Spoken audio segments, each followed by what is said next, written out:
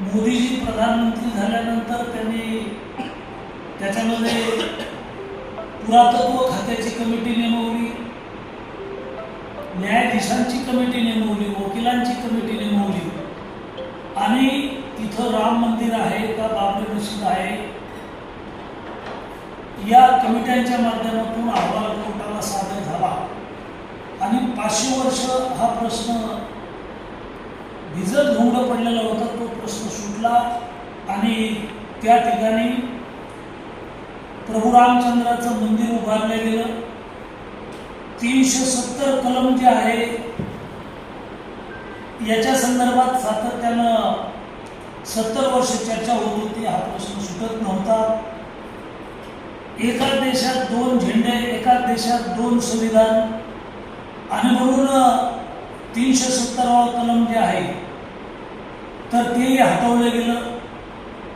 कधीच 70 वर्षात सुटलेला प्रश्न तो प्रश्न सुटला।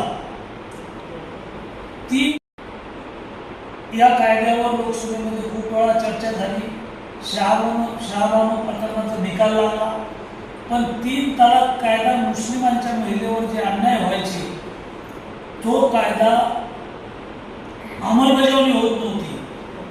असे 3 नॅशनल लेवलचे देश पातळीवरचे प्रश्न जे 70 वर्षात सुटले नाही ते प्रश्न सुटलेले आहेत आणि 3ही प्रश्नावर या देशभरातल्या 140 कोटी जनतेने याचं स्वागत केलेलं आहे। विशेष करून मुस्लिमांनी सुद्धा सुप्रीम कोर्टाच्या निर्णयाचं स्वागत केलेलं आहे। 370 कलम हटल्यानंतर काश्मीरनं सुद्धा या निर्णयाचं स्वागत केलेलं आहे। जग पेटलेलं आहे, जगामध्ये युद्धजन्य अशा प्रकारची परिस्थिती आहे। एखादं युद्ध होत असताना ते 2 देशापुरतं मर्यादित राहत नाही आणि म्हणून रशिया आहे, युक्रेन आहे, या देशात युद्ध चालू आहे। इस्रायल फिलिस्तानी इथं युद्ध चालू आहे, इस्रायल इराण इथं युद्ध चालू आहे आणि या युद्धाचे परिणाम जगभरामध्ये आपण पाहतो। जे प्रगत राष्ट्र आहेत किंवा जगातल्या सगळ्याच राष्ट्राला याची झळ पोहोचलेली आहे। पाकिस्तान सारख्या देशामध्ये 400 रुपये लिटर डिझेल आहे, 500 रुपये लिटर पेट्रोल आहे। प्रगत राष्ट्रात सुद्धा डिझेल पेट्रोलचे भाव वाढले।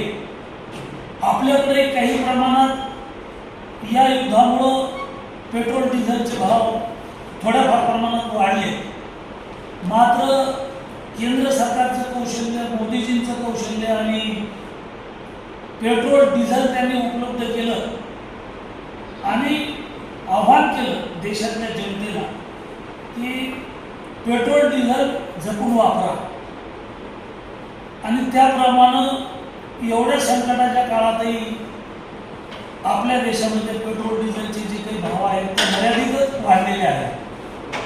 मोदी सरकारची 12 वर्षाची जी वाटचाल आहे 2014 पासून सेवा, सुशासन व गरीब कल्याण योजना याची वाटचाल चालू आहे। देशाच्या विकासाला गती देताना गरीब माणूस, महिला, युवक, शेतकरी केंद्रस्थानी ठेवून मोदीजींच्या सरकारनं 12 वर्षाच्या कारकिर्दीमध्ये काम केलेलं आहे आणि म्हणून प्रत्येक धोरण निर्णयामध्ये राष्ट्रहित, सर्वांचे हित याला प्राधान्य दिलं आहे। राष्ट्रीय सुरक्षा, आत्मनिर्भर, जागतिक स्तरावर भारताची प्रतिमा उंचवण्याचं काम मोदीजींच्या सरकारच्या माध्यमातून केलेलं आहे आणि आज आपल्या देशाची प्रतिमा जगाच्या पाठीवर उंचवलेली आहे। मध्ये या देशात कोरोनासारखं संकट आलं, गरीब माणूस घराच्या बाहेर पडू शकत नव्हता, चूल पेटत नव्हती आणि अशा परिस्थितीमध्ये 81 कोटी नागरिकांना मोफत धान्य देण्याची योजना आपल्या सरकारच्या माध्यमातून आणली होती आणि त्या काळामध्ये गरिबांना मोफत धान्य दिलं आणि 81 कोटी लोकांना हे मोफत धान्य दिलं। त्यामुळं गरिबांच्या पाठीशी मोदीजींचं सरकार उभं राहिलेलं आहे। जनधन योजना आहे, आयुष्यमान भारत योजना आहे, PM आवास योजना आहे, उज्ज्वला योजना आहे या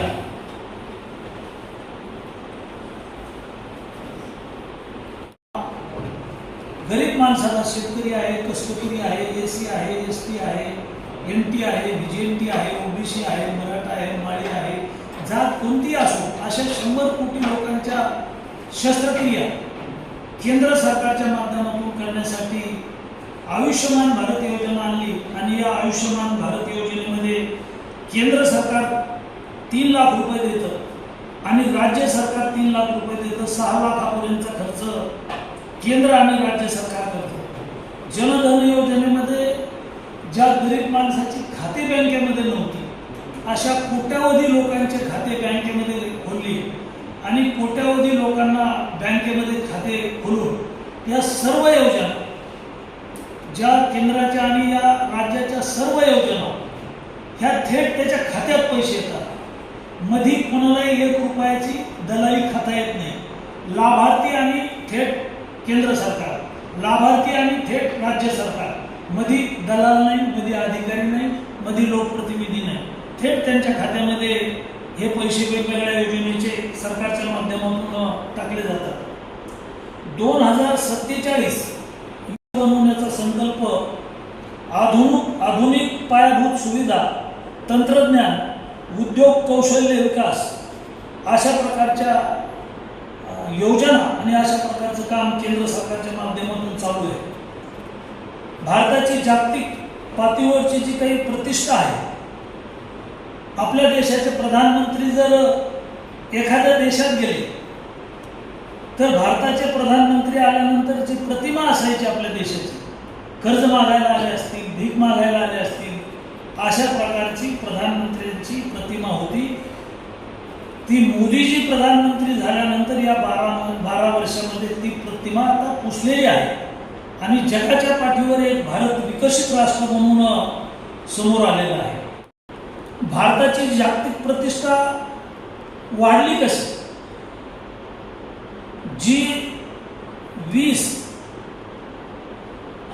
G20 म्हणजे 20 देशाचं नेतृत्व मोदीजींनी केलं आणि त्याच्यामध्ये सुद्धा भारताची एक प्रतिमा झाली की 20 देशातल्या सरकारचं नेतृत्व करण्याची क्षमता माननीय मोदीजींमध्ये आहे.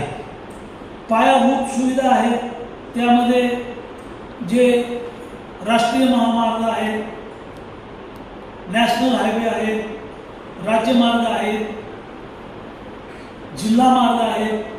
अगदी मोदीजींच्या नेतृत्वात गाव खेड्यापर्यंत डांबरीकरणाचे रस्ते, सिमेंटचे रस्ते, अशा प्रकारचं रस्त्याचं एक जाळं मोदीजींच्या सरकारच्या काळामध्ये मोठे रस्ते आणि गावाला जोडणारे तांडे, वाड्या, वस्त्या यांना जोडणारे रस्ते केंद्र सरकार आणि राज्य सरकारच्या माध्यमातून या 12 वर्षात आपल्याला पाहायला मिळाले आहेत. सरकारच्या माध्यमातून ही कामं झालेली आपण सगळे डोळ्यानं पाहतो, आपल्याला सगळ्यांना माहिती आहे. सुमारे 1100 किलोमीटर लांबीचे राष्ट्रीय महामार्ग देशामध्ये या 12 वर्षामध्ये झालेले आहेत. देशामधले जी विमानतळ आहेत, 164 विमानतळ जे आहेत विकसित केलेले आहेत, तिथं काही सुधारणा केलेल्या आहेत. रेल्वे जे आहेत तर प्रवाशांना बसायला नीट जागा नव्हत्या. मग परतूरचं रेल्वे स्टेशन असेल, मग जालन्याचं रेल्वे स्टेशन असेल, तिथे 200 कोटी रुपये केंद्र सरकारनं दिले. परतूरला सुद्धा 25 कोटी रुपये आम्हाला केंद्र सरकारनं दिले. देशातले जे एअरपोर्ट असोत किंवा रेल्वे स्टेशन असोत, रेल्वे ही गरिबांची वाहिनी आहे आणि रेल्वेचे जे काही रेल्वे स्टेशन आहेत त्याच्यातल्या सुधारणा असतील किंवा रेल्वे सुद्धा आज आपण बसलं तर आपल्या लक्षात येतं की विमानात बसल्यासारख्या अत्यंत चांगल्या रेल्वे आणि चांगला प्रवास लोकांना मिळतो. आणि मग ह्या पायाभूत सुविधा केंद्र सरकारच्या माध्यमातून मोठ्या प्रमाणावर 12 वर्षामध्ये झालेल्या आहेत, दिलेल्या आहेत. आयुष्यमान भारत योजनेमध्ये प्रति कुटुंब 5 लाखापर्यंत आरोग्य संरक्षण दिलेलं आहे. सुमारे 44 कोटी लाभार्थ्यांना याचा लाभ द्यायचा आहे. 10 कोटीपेक्षा अधिक रुग्णालयांना उपचारासाठी ह्या सुविधा दिलेल्या आहेत. प्रधानमंत्री उज्ज्वला योजना आहे. गरीब महिलांना मोफत गॅस व शेगडी देण्याचं काम मोदीजींच्या सरकारच्या माध्यमातून झालेलं आहे. गरिबांनी कधी गॅस बघितला नाही. आमदार किंवा खासदार किंवा सरपंचापर्यंत घरामध्ये गॅसची टाकी शेगडी असायची. आज घराघरापर्यंत महिलांना स्वयंपाक करण्यासाठी गॅसच्या टाक्या आणि शेगड्या मोठ्या प्रमाणावर केंद्र सरकारच्या माध्यमातून दिलेल्या आहेत. प्रधानमंत्री किसान सन्मान योजना आहे. केंद्र सरकारनं आतापर्यंत 3,70,000 शेतकऱ्यांच्या खात्यामध्ये थेट रक्कम टाकलेली आहे. 9 कोटीपेक्षा जास्त शेतकऱ्यांना किसान सन्मान योजनेचा लाभ मिळालेला आहे. 9 कोटीपेक्षा जास्त. जलजीवन मिशन 2019 ग्रामीण नळ जोडणी म्हणजे खेड्यापाड्यामध्ये नळाचं पाणी किंवा पाण्याच्या योजनेचं पाणी 16% लोकांना मिळत होतं. आता 16%वरून 82% नळाची जोडणी झालेली आहे. 2026 पर्यंत 105 कोटी प्राथमिक ग्रामीण घरांना नळ जोडणी केलेली आहे. स्वच्छ भारत मिशन स्वच्छतागृह आमच्या खेड्यापाड्यातल्या महिला एक तर रस्त्यावर संडासला बसायच्या. शहरामध्ये सुद्धा कामगार आहेत, मजूर आहेत, मिलमध्ये काम करणारे लोक आहेत. अशा गरीब लोकांना स्वच्छ भारत अभियानामध्ये 12 कोटी लोकांना त्यांच्या घरामध्ये स्वच्छतागृह बांधून दिलेले आहे. 773 जिल्हे म्हणजे शहर आणि ग्रामीण जिल्हे असं मिळून गरिबांना स्वच्छतागृह मोठ्या प्रमाणावर 12 कोटी लोकांना बांधून दिलेले आहे. महिलांचं सक्षमीकरण, महिला विधेयक गेल्या 70 वर्षापासून प्रयत्न होतो. ते महिला विधेयक लोकसभेमध्ये मोदीजींच्या सरकारनं आणलं आणि ते विधेयक मात्र पास होऊ शकलं नाही. विधेयक पास जरी नाही झालं तरी हा मुद्दा संपलेला नाही. महिलांचं विधेयक लोकसभेमध्ये आणि विधानसभेमध्ये आलं पाहिजे ही भूमिका मोदीजींच्या सरकारची आहे. परत आणून महिलांचं विधेयक मंजूर करायचं आहे. बचत गटाच्या महिला आहेत. या बचत गटाच्या महिलांना स्वतःच्या पायावर उभं करण्यासाठी माननीय प्रधानमंत्री नरेंद्रजी मोदी मन की बात मध्ये दर महिन्याला एकदा एका राज्याच्या बचत गटाच्या महिलांना जिल्हाधिकाऱ्यांच्या कार्यालयात बोलवतात. एका दिवशी एक राज्य घेतलं जातं आणि मन की बात मध्ये मोदीजी महिलांना विचारतात की जालना जिल्हा उदाहरणार्थ किती महिला लखपती दिदी झाल्या. म्हणजे ज्या महिलांनी 10,000 रुपये कर्ज उचललं त्या महिलांचं कर्ज 10,000वरून लाखात गेलं. किंवा काही महिला त्यांचं बँकेची उलाढाल त्यांचा व्यवसाय कोटीवर जाऊन पोहोचला. अशा ज्या महिला आहेत त्याच्या संदर्भात माननीय प्रधानमंत्री दर महिन्याला मन की बातमध्ये जिल्हाधिकाऱ्यांच्या कार्यालयात सगळ्यांना बोलवतात आणि महिलांना विचारतात, त्यांना बोलायला देतात की तुमचे छोटे लघुउद्योग चालू आहेत का, तुम्हाला बँका मदत करतात का, तुम्हाला प्रशासनाचं सहकार्य आहे का, तुम्हाला लोकप्रतिनिधी सहकार्य करतात का. अशा प्रकारचं बचत गटाच्या संदर्भात मोदीजींच्या सरकारचं थेट लक्ष याच्यामध्ये आहे. तरुण आहेत, यांना कौशल्य विकासाचं प्रशिक्षण दिलं जातं. प्रमोदजी महाजन कौशल्य विकास आहे किंवा केंद्र सरकारचं महापालिका नगरपालिकेमध्ये कौशल्य विकासाचं त्यांना ट्रेनिंग द्यायचं. 6 महिन्याचा कोर्स करायचा आणि 6 महिन्याचा कोर्स झाल्यानंतर त्यांना एक डिग्री प्रमाणपत्र द्यायचं. ते पत्र मिळाल्यानंतर मुद्रा बँकेचं लोन त्यांना मिळू शकतं स्वतःच्या पायावर. मग ब्युटी पार्लरपासून मग कॅम्प्युटरपासून वेगवेगळं कुठलं सेंटर त्यांनी चालवायचं आहे त्याच्यासाठी बँकेनं 10 लाखापर्यंत कर्ज देण्याची योजना आहे. त्याच्यामध्ये स्वतः मोदीजी लक्ष ठेवून आहेत. आतापर्यंत 58 कोटीहून अधिक कर्ज प्रकरण मंजूर केलेले आहेत. 58 कोटी. मुक्त प्रशासन, डीबीटीद्वारे लाभार्थ्यांच्या खात्यात थेट पैसे, गळती कमी आणि पारदर्शक, त्यामध्ये पारदर्शकता असली पाहिजे. काँग्रेसच्या काळात एकदा राजीव गांधीजींनी सांगितलं होतं की आम्ही दिल्लीतून 1 रुपया खाली पाठवला तर 15 पैसे फक्त लोकांपर्यंत जातात. त्याच्यामुळं मोदीजींनी सगळं डिजिटल केलेलं आहे. मध्ये कलेक्टर नाही, मध्ये तहसीलदार नाही, मध्ये आमदार नाही, मध्ये खासदार नाही, थेट लाभार्थी आणि शेतकरी असतील, महिला असतील, बचत गट असतील, त्या सगळ्या गोष्टी आता ऑनलाईन केंद्र सरकार आणि राज्य सरकारनं केलेल्या आहेत. त्याच्यामुळं त्याच्या संदर्भात मोठ्या प्रमाणावर भ्रष्टाचाराला आळा बसलेला आहे. तंत्रज्ञानावर आधारित सुशासन, जनधन, आधार कार्ड आहे, मोबाईल आहे, अशी त्रिसूत्री केंद्र आणि राज्य सरकारने दिलेले आहे. ऑनलाईन सेवा, डिजिटल पेमेंट, अशा प्रकारचं केंद्र सरकार राज्य सरकारनं सुधारणा केलेल्या आहे. केंद्र सरकारसाठी किंवा केंद्र सरकारनं जे योगदान दिलेलं आहे महाराष्ट्राला, केंद्राकडून मोठ्या प्रमाणावर निधी दिलेला आहे.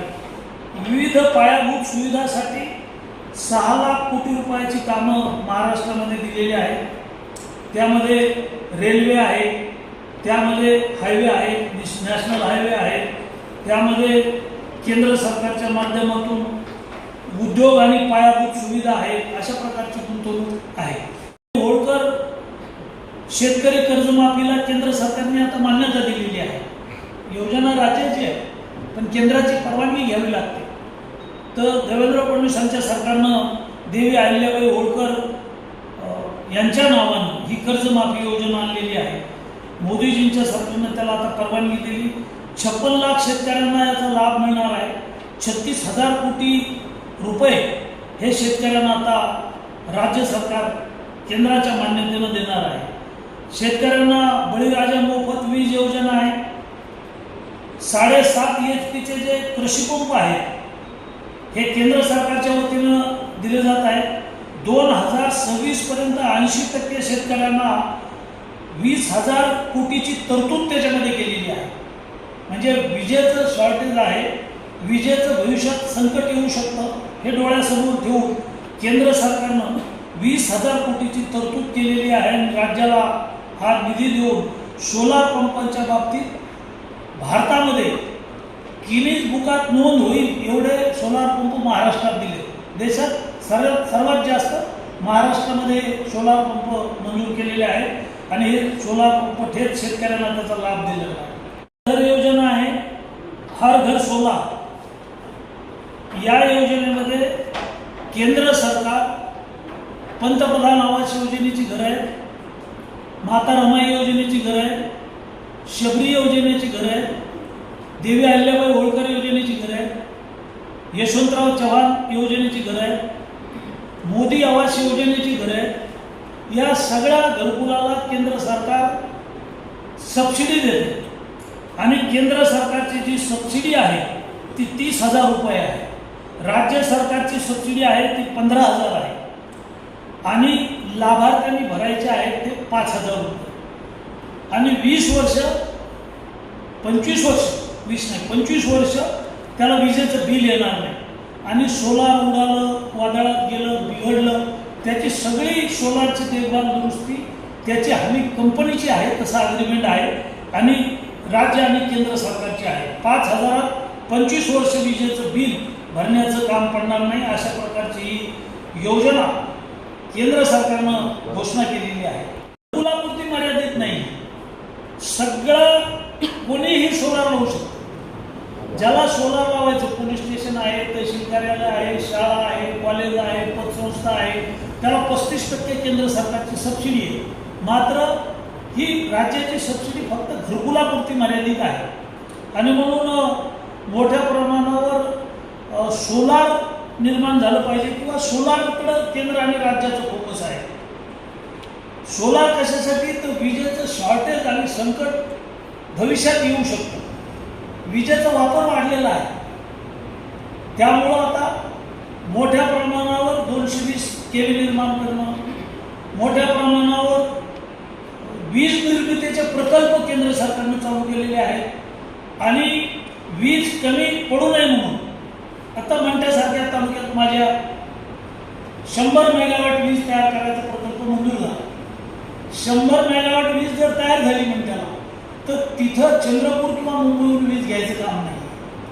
त्या तालुक्याला लागणारी वीज तिथंच होईल. असं देशभरामध्ये सोलारसाठी केंद्र सरकार वीज तयार करण्यासाठी सोलारची वीज जी आहे ती 3 रुपये युनिट मिळते.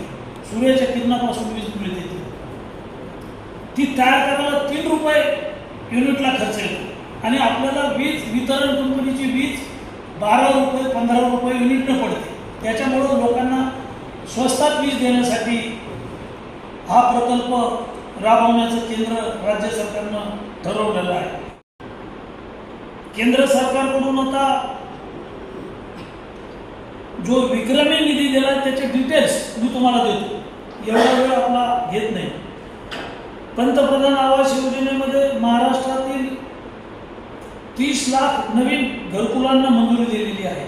यावर्षी 30 लाख घरांना केंद्र सरकारने 2022चं जे काही उद्दिष्ट होतं ते पूर्ण केलं आणि आता सरकारनं 30 लाख नवीन लोकांना घरकुलं द्यायचे आहे.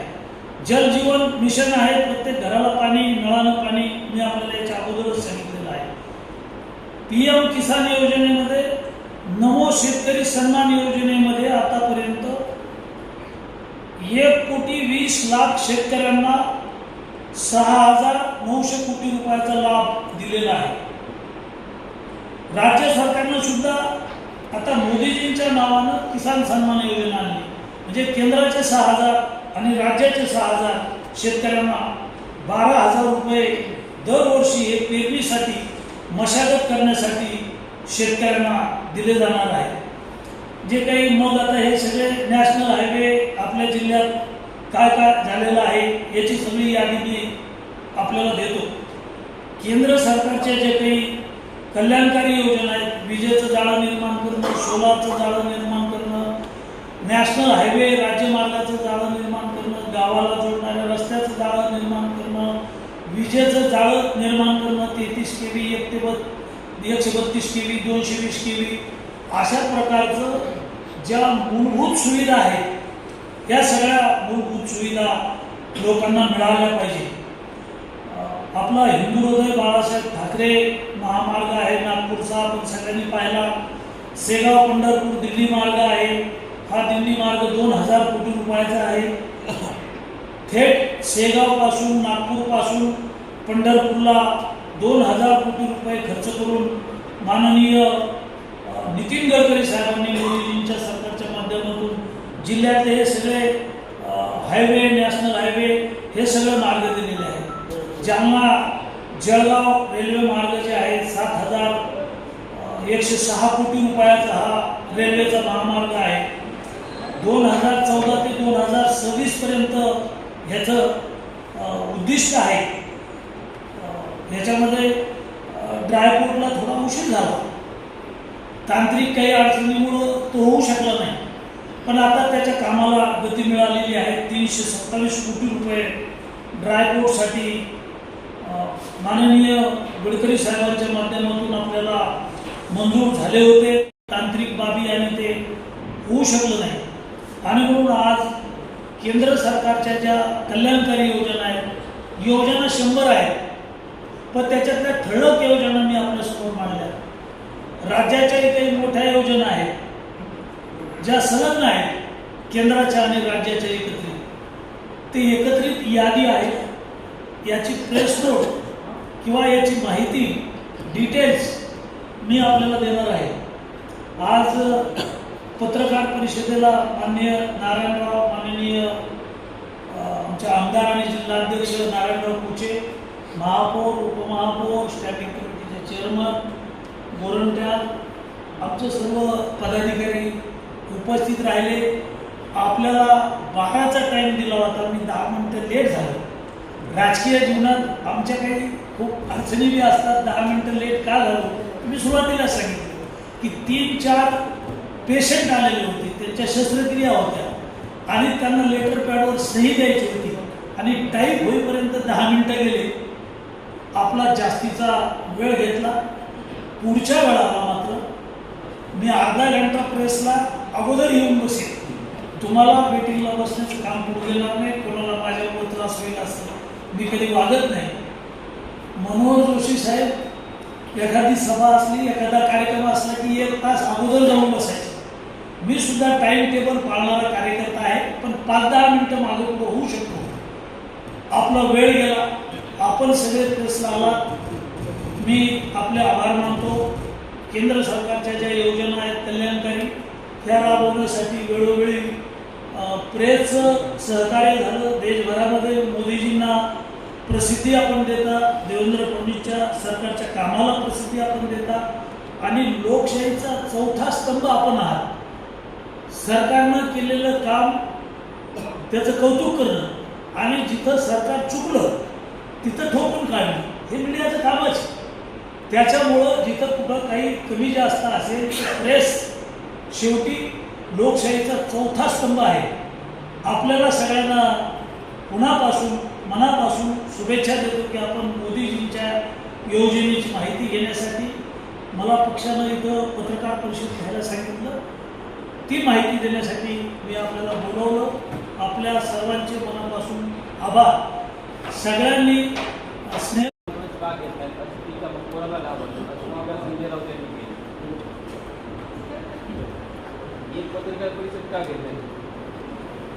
तेव्हा एक प्रत्येक व्यक्तीची, प्रत्येक नेत्याची आपली आपली सिस्टम असते आणि भारतीय जनता पक्षाकडं हजारो कार्यकर्त्यांची टीम आहे. केंद्राचं सरकार, राज्याचं सरकार काय काम करतं याची माहिती देण्यासाठी माननीय देवेंद्र फडणवीस साहेबांनी, माननीय रवींद्र चव्हाण साहेबांनी आम्हाला प्रेस घ्यायला सांगितलं. आज, उद्या आणि परवा 3 दिवस राज्यभरामध्ये अशा प्रकारच्या पत्रकार परिषदा आहेत आणि सगळीकडे प्रेस आहे. त्याच्यामुळं मोदीजींची एक सिस्टम आहे, मोदीजींची एक पद्धत आहे आणि त्या पद्धतीप्रमाणे प्रेसला कुणी बोलावं त्याची सिस्टम वाटून दिलेली आहे आणि ते बोलतात. आणि मोदीजी प्रेसला बोलत नाही असं नाही, तर मोदीजी मन की बातमध्ये सगळ्यांना बोलतात आणि सगळ्या टीव्हीवर मन की बात किंवा मोदीजी जे बोलले ते सगळ्या मीडियामध्ये, सोशल मीडिया आहे, प्रिंट मीडिया आहे किंवा सगळीकडे छापून येते. पण मोदीजी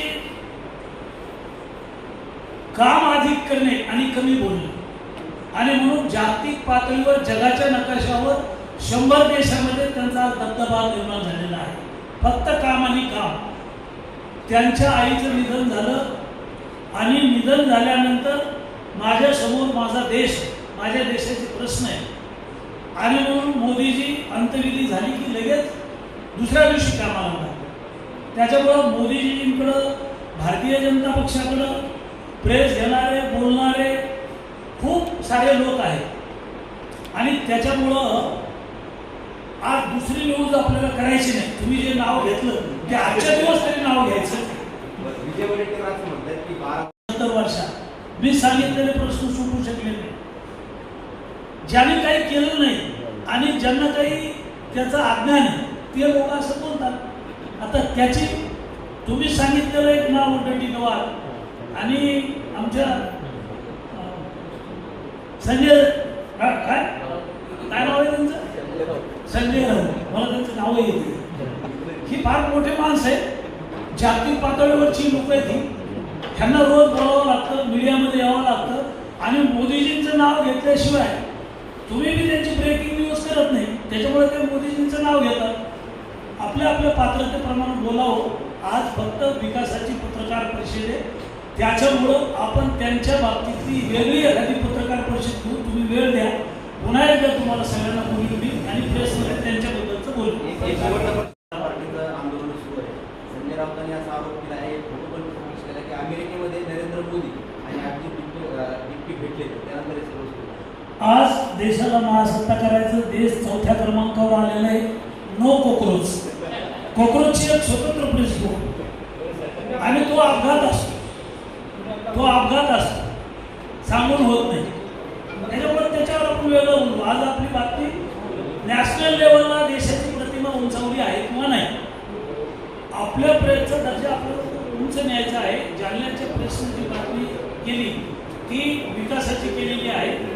देशाचं खरंच आता मलेशिया, हाँगकाँग, बीजिंग, शांघाय, मी इस्रायल, श्रीलंका, ऑस्ट्रेलिया, वाटरली पाहायला गेलो होतो अभ्यास दौरा. आमची सगळी टीम होती. तर तिथांच्या प्रधानमंत्र्यापेक्षा मोदीजीची लोकप्रियता मला दिसून आली जास्त. आपण पाहता पाकिस्तानच्या लोकसभेमध्ये सुद्धा मोदीजींचा जय जयकार होतो. अमेरिकेमध्ये मोदीजींच्या लोकसभेमध्ये मोदीजींचा जय जयकार होतो. त्याच्यामुळं मोदीजींचं नेतृत्व हे जागतिक पातळीवरचं आहे आणि त्या उंचीची आपली पत्रकार परिषद आहे.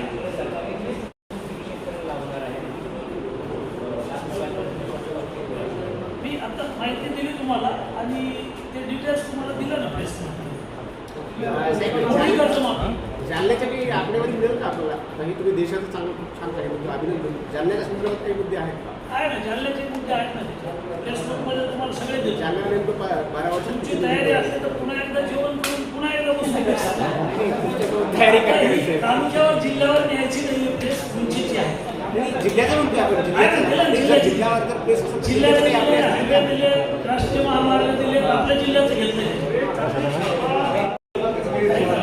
पेट्रोल डिझेलचा विषय आहे. मी तुम्हाला आकडेवारी देतो की कोणत्या देशात पेट्रोलचे भाव काय आहे आणि कोणत्या देशात हे जगावरचं संकट आहे.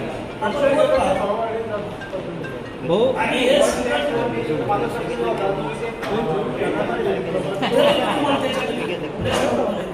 भाऊ, तुम्ही आता बोलताना असं बोलला की 12 वर्षापूर्वी पंतप्रधान दुसऱ्या देशात गेल्याच्या नंतर भीक मागायला आले किंवा कर्ज मागायला आले, अशी परिस्थिती इतर होय. आपली होती. भाजपची प्रतिमा आजच्या घडीला भाजपची प्रतिमा 7 वर्ष अशी होती की भाजप हा इंटरनॅशनल फकीर आहे. टीव्हीवर आलो, मी स्वतः पाहिलं. त्याच्यामुळं ती प्रतिमा आता धुवून निघली. मोदीजींचं नाव घेतलं की मोदीजी जिथं जिथं जातात तिथं काही ना काही करार करून येतात. जिथं जातात तिथं डिझेलची व्यवस्था लावून येतात, त्याचा करार करतात, पेट्रोलची व्यवस्था करतात. जगात सगळीकडे पेट्रोल डिझेलचे जहाजं थांबवले जातात, मात्र भारताचे जहाजं सुखरूप मुंबईत येतात. माझा प्रश्न पूर्ण झाला नाही. माझा प्रश्न असा होता की तुमचं म्हणणं आहे की 2012 वर्षापूर्वी आपल्या देशाचे पंतप्रधान ज्यावेळेस इतर देशांमध्ये त्यावेळेस भीक मागायला आले किंवा कर्ज मागायला आले अशी अवस्था होती. ज्या ज्या वेळेला प्रधानमंत्री गेले त्या त्या वेळेला आपल्या देशाच्या प्रधानमंत्र्याला तिथालच्या देशातल्या लोकांनी मीडियामध्ये मी स्वतः पाहिलेलं आहे. भारताचे प्रधानमंत्री आले म्हणजे इंटरनॅशनल फकीर आला असं बोलायचं. आज ते बोलण्याची कोणाची हिंमत नाही. आज आपल्या देशावर किती कर्ज आहे आजच्या घडीला? आपल्या देशावर करार केलेले आहेत. आपल्या देशावर कर्जाचा आकडा माझ्या हातात आता नाहीये, पण तोही देईन मी आपल्याला. पण देश 4थ्या क्रमांकावर आलं हे काही कमी नाही. प्रगत राष्ट्राच्या बरोबरीनं आलं सुरू झाली तेव्हा 12 गॅस सिलेंडरवरती आमदानी मिळाली. नंतरच्या काळामध्ये ते 9 गॅस सिलेंडरवर मिळाले. आता निर्णय झाला की आता 4च गॅस सिलेंडर मिळतात. असं काय होतं? हे खरं आहे की आज तुम्ही पाहता, अरे थोडं थांबले, आज आपण पाहता जे प्रगत राष्ट्र आहे त्या राष्ट्राची काय अवस्था आहे. गॅसच्या टाक्या असतील, पेट्रोल असेल, डिझेल असेल, हाहाकार माजलेला असेल. आता थोडं मोदीजींनी सांगितलं की हा काळ कठीण आहे आणि हे 2-4 देशाचं युद्ध जरी असलं तरी जगाला एक झळ बसते आणि असं संकट येतं त्यावेळेला काही गोष्टी कपात होणं अपेक्षित असतं. आणि जे काही गॅसच्या टाक्या 9 मिळत होत्या, 9वरून आता 4 आल्या, तर हे संकट आहे की जहाजाला घेराबंदी केलेली आहे. कोणता देश कोणत्या देशावर हल्ले करायला हेही कळत नाही. म्हणजे एवढं कठीण परिस्थिती आहे. त्याच्यामुळं हे आलेलं संकट काही काळापुरतं आहे मर्यादित आणि हे संकट दूर होईल आणि पुन्हा गॅसच्या टाक्या रेग्युलर होतील किंवा भविष्यात पेट्रोल डिझेल सुद्धा रेग्युलर होईल. पण संकटाच्या काळात देश ही डोळ्यासमोर ठेवून पंतप्रधानांनी विनंती केली देशातल्या जनतेला की संकटाच्या काळात तुम्ही सरकारच्या पाठीशी उभा राहा.